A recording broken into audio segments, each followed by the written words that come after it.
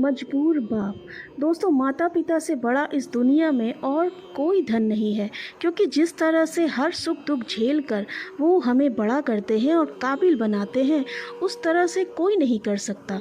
क्योंकि माँ बाप का प्यार हमारे लिए निस्वार्थ होता है और बड़े होने और कामयाब हो जाने के बाद हम जैसा व्यवहार अपने माँ बाप के साथ करते हैं, वही व्यवहार हमें अपने बच्चों से मिलती है।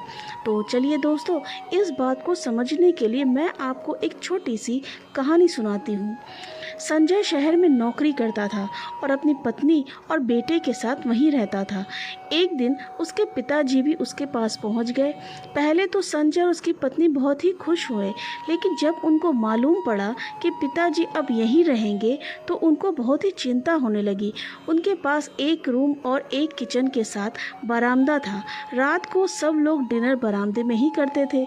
संजय के पिताजी कभी कुर्सी पर बैठकर खाना नहीं खाया था, इसलिए जब भी वो उनके साथ डिनर करते तो बहुत ज़्यादा खाना टेबल पर गिर जाता और कभी कभी तो टेबल से प्लेट गिर जाती और टूट जाती थी। कुछ दिनों तक तो यह सब संजय और उसकी पत्नी ने बर्दाश्त किया, लेकिन एक दिन उसकी पत्नी बोली, ये रोज़ रोज़ नहीं चल पाएगा। संजय और उसकी पत्नी ने अपने पिताजी के लिए लोहे का थाली बनवा दिया और उनको अलग किचन में ही बैठाकर खिलाते थे और जब भी मन करता कुछ भी बोल देते, लेकिन बूढ़ा बाप क्या करे, चुपचाप सुनता रहता था। समय बीतता चला गया और एक दिन संजय के बेटे ने पूछा, आप लोग दादाजी को लोहे की थाली में क्यों खाना देते हैं?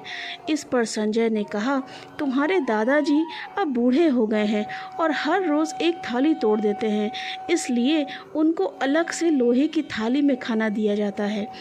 इसके बाद संजय के बेटे ने जवाब दिया कि जब आप दोनों लोग भी बूढ़े हो जाओगे तो मैं आप लोगों के लिए इससे भी अच्छी लोहे की थाली लाऊंगा।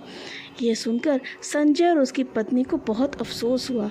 उसी दिन से उन लोगों ने अपने पिताजी की लोहे की थाली फेंक दी और सब लोग फिर से साथ में खाना खाने लगे।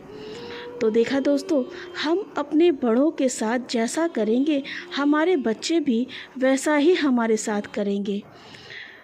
दोस्तों, आशा करती हूँ कि आपको कहानी अच्छी लगी है। अगर अच्छी लगी हो तो प्लीज़ लाइक करना, कमेंट करके बताना और चैनल को सब्सक्राइब करना तो बिल्कुल मत भूलना।